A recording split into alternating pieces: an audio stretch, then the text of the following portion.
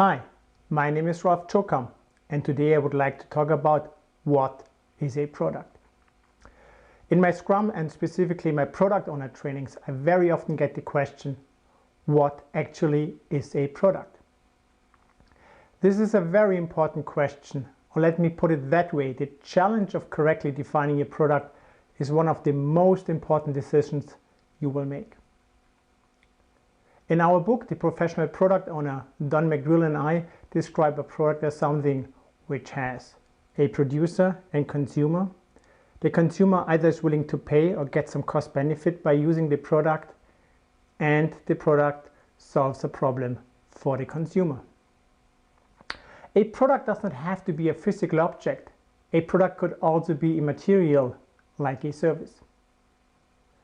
What is your product, or what things to consider when defining your product? Let's say you drove to work in your car this morning. These days, steering wheels have buttons on them to adjust the volume or initiate a phone call. Is this button a product?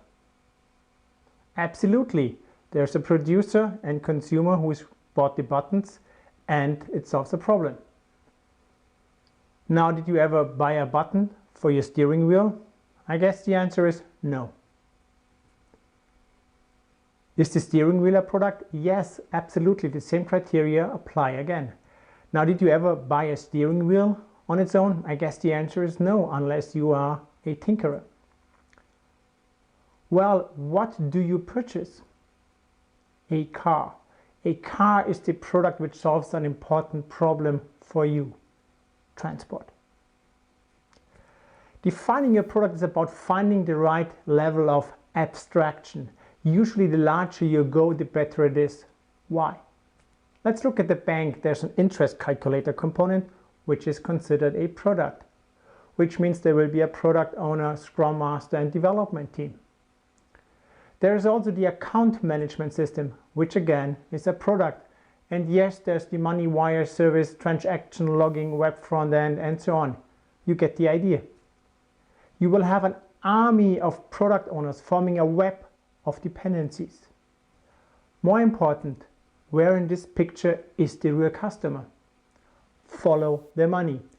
Combine all the components forming the value stream pointing towards the real consumer, your customer.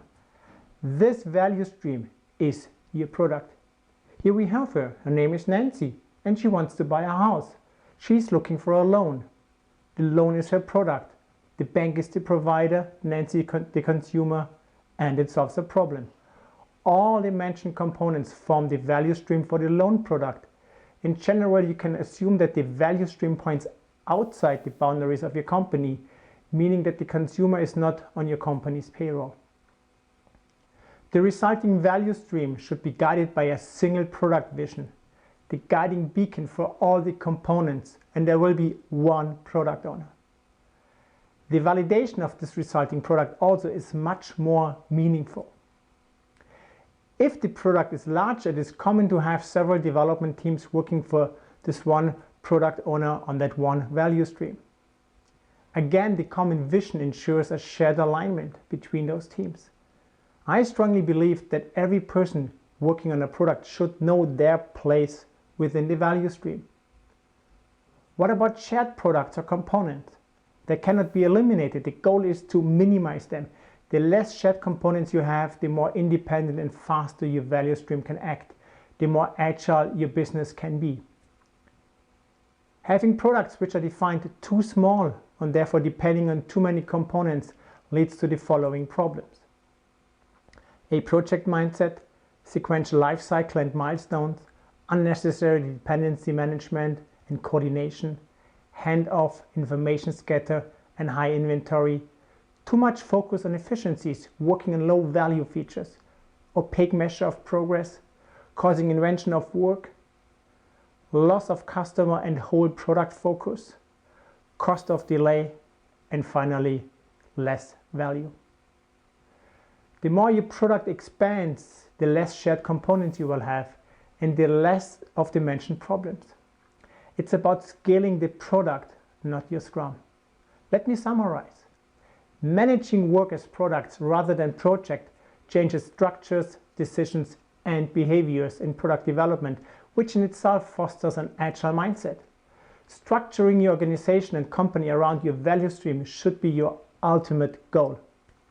I'm Ralph Jocham. I'm also a professional Scrum trainer with Scrum.org, and I would like to invite you to one of my trainings. Thank you.